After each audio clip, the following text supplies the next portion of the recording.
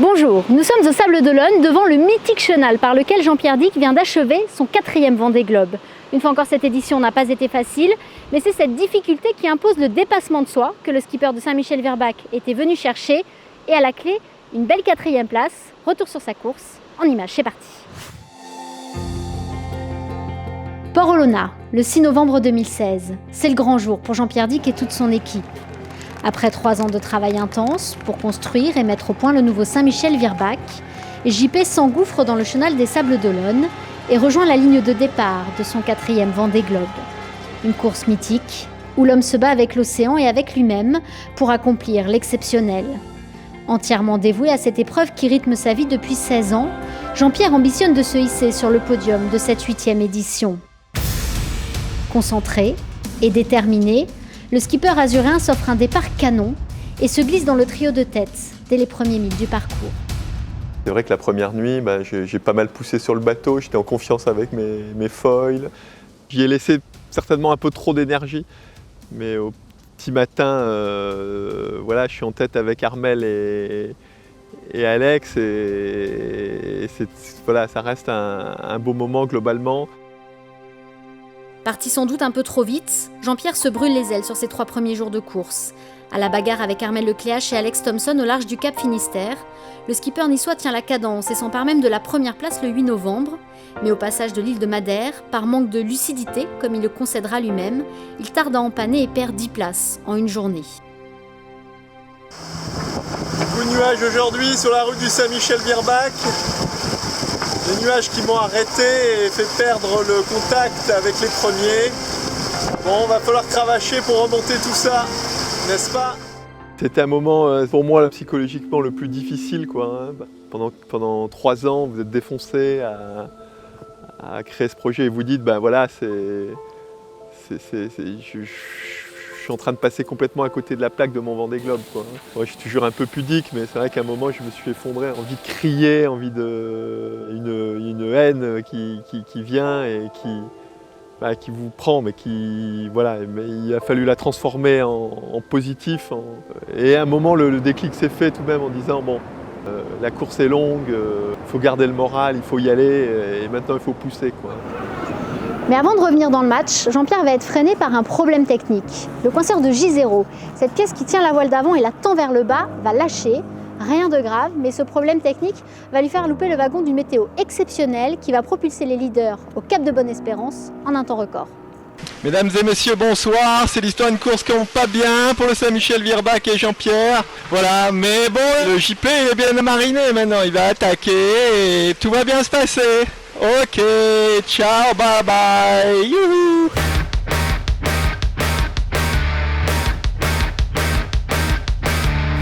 Pas question donc de se laisser abattre. Jean-Pierre passe en mode chasseur, bien décidé à remonter un à un ses adversaires. Thomas Ruyant, pour commencer, puis Jean Lecam, dont il dérobe la 9e place au terme d'une belle bagarre au large des côtes brésiliennes. Et oui, je ne sais pas si vous l'avez vu, mais c'est Jean Lecam. Nos routes viennent de se croiser, on vient de se parler par VHF, un petit mot sympa. Ouais, allô Jean-Pierre, tu me reçois? Ouais, comment tu vas? Bah écoute, pas mal, ça va bien. Bah, tu vas comme un avion, dis donc. En mode avion, en mode fusée même, Jean-Pierre, que Jean Lecam surnomme désormais le Chevalier Noir, commence à prendre pleine possession de ce bateau qu'il n'a pas eu le temps d'apprivoiser avant le départ. Mené par un skipper plein d'assurance, Saint-Michel-Virbac s'envole sur ses foils et s'engouffre à pleine vitesse dans les mers du Sud. Après le poteau noir, en contact avec Jean Lecam, Thomas Ruyant, j'ai réussi à me rebâtir un peu personnellement, à reprendre un peu confiance dans le bateau, à doubler Jean Lecam. Ça a été positif avant de rentrer dans les mers du Sud. Les mers du Sud, un univers dans lequel Jean-Pierre s'aventure toujours avec plaisir et humilité. Mais alors que l'alchimie opère et que le niçois est en osmose avec sa machine, il commet une faute qu'il qualifie d'impardonnable. Je suis rentré dans la zone des glaces de façon accidentelle finalement, en tout cas pour moi. Et j'ai dû revenir en arrière au près à tirer des bords pour repasser le point. Et évidemment, je m'en suis voulu. Et la haine d'avoir commis cette erreur. Je voulais envoyer un petit message aux amis et sponsors pour m'excuser sur l'incroyable effet d'hier dans la porte des glaces. Voilà, maintenant la course continue, il y a encore des opportunités. Donc au positif, on va de l'avant. Vexé, Jean-Pierre encaisse le coup, redresse les épaules et remet du charbon pour reprendre sa progression vers l'est. 7e, à la poursuite de Yann Eliès, triple vainqueur de la solitaire du Figaro, qu'il entend lui aussi mettre dans son sillage. Il y a le gars Jean-Pierre qui est derrière à 20 nœuds. Il m'a l'air énervé. Je pense qu'il doit avoir bien les boules de rentrer dans cette zone de glace. Il a envie de nous croquer. Alors Jean-Pierre, on va pas se laisser faire. Si le message de Yann est clair, la détermination de Jean-Pierre l'est tout autant, même s'il refuse de jouer les têtes brûlées lorsque la sagesse impose de lever le pied, comme en témoigne son détour par le détroit de Basse pour éviter une dépression d'une rare violence au sud de l'Australie.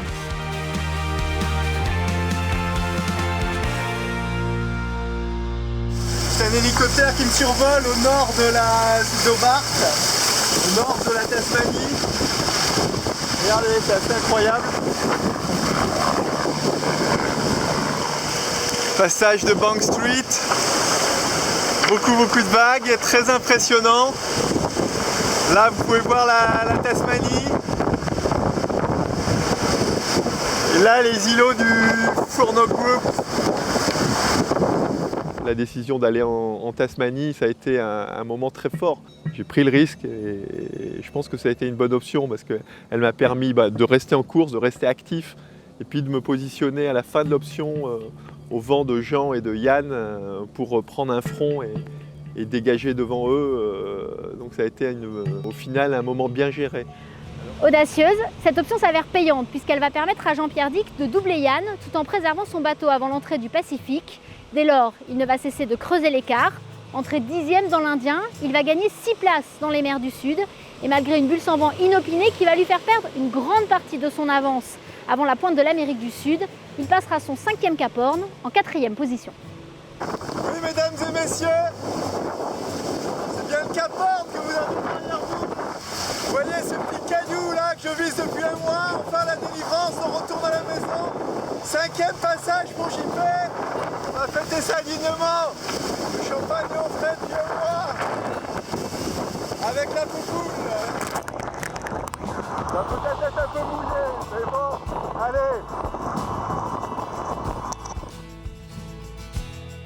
Réussir à passer là-bas après un mois de souffrance et de difficultés d'humidité, de vie difficile, voilà, c'est un moment très fort de passer ce rocher pour la 5e fois, ce qui est même assez incroyable. Ouais.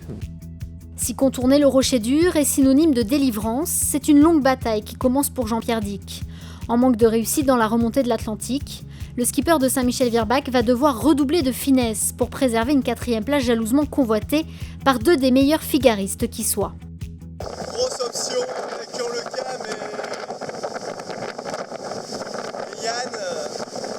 Voilà, ça me laisse un peu perplexe, je ne sais pas du tout ce qui va fonctionner. En tout cas, je suis parti sur mon option et en espérant que ça fonctionne.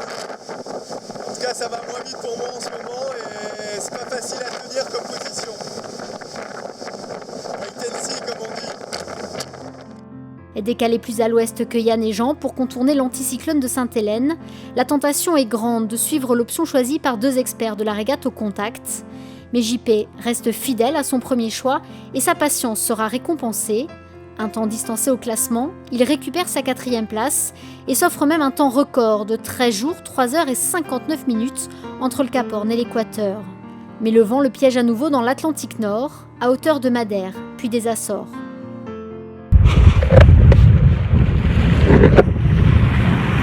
Pétole, quand tu nous tiens.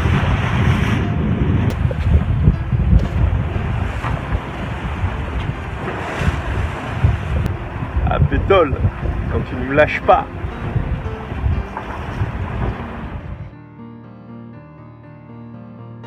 Une fois de plus, JP tâche de garder le sourire, même s'il voit fondre son avance comme neige au soleil. Tenace, il met tout son cœur et toute son énergie à préserver son avantage, et rien, Pas même une mauvaise chute n'auront raison de son abnégation. Bonjour, je suis tombé pendant une manœuvre ce matin et voilà, vous voyez, je me suis bien éraflé la figure dans les filières là. Et donc on a pensé à ça, ce petit truc, c'est une agrafeuse. Je vais essayer d'agrafer la plaie là, vous voyez cette plaie là, ici là. Vous voyez ces agrafeuses, c'est à appliquer tout seul, c'est pas évident parce qu'on voit pas bien. En plus avec la mer, c'est pas évident. Donc là je m'en suis foutu un carrément à côté, l'autre dans la plaie, et il y en a un que j'ai bien mis. Donc on peut pas dire qu'il y a un taux de succès très important. J'ai eu beaucoup de chocs. Les bateaux sont assez brutaux, très physiques, avec ses voiles à portée, bon, aussi ses coups d'arrêt dans les vagues. Il y a un côté vraiment un engagement physique très important. Voilà, le bonhomme souffre. Et là, je ne pensais pas du tout, mais je me suis pesé et j'ai perdu 5 kilos, ce qui me subjugue, parce que je pensais avoir un peu pris de poids, parce que j'ai beaucoup mangé mes lyophilisés en question. Je compensais les aliments plaisir, les chocolats, tout ça, et j'ai perdu 5 kilos, quoi, hein. Donc effectivement, j'ai beaucoup donné. Finalement, après 80 jours d'une course dans laquelle il aura commis des erreurs, mais n'aura jamais fléchi face à l'adversité, Jean-Pierre franchit la ligne d'arrivée le 25 janvier à 14h47, en 4e position.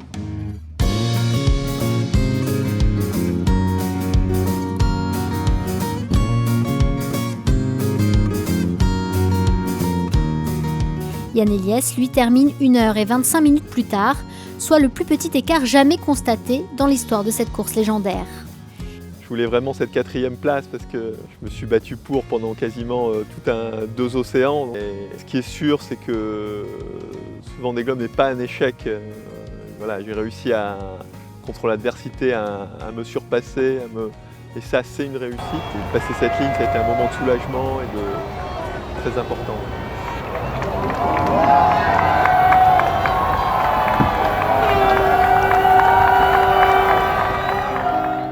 Le Vendée Globe, c'est la capacité à se surpasser et la force mentale qu'il faut pour terminer et gagner une course comme ça, quoi, hein. Ce combat avec l'océan, ce combat avec moi-même, il est très fort et on aboutit à quelque chose d'exceptionnel qui fait rêver les gens, qui mérite d'être vécu. Et pendant ces 16 ans, ces 4 courses auront marqué ma vie, mais m'auront façonné, mon mental sera définitivement marqué par ces 4 courses, quoi, hein. Et c'est déjà beaucoup. C'est déjà beaucoup.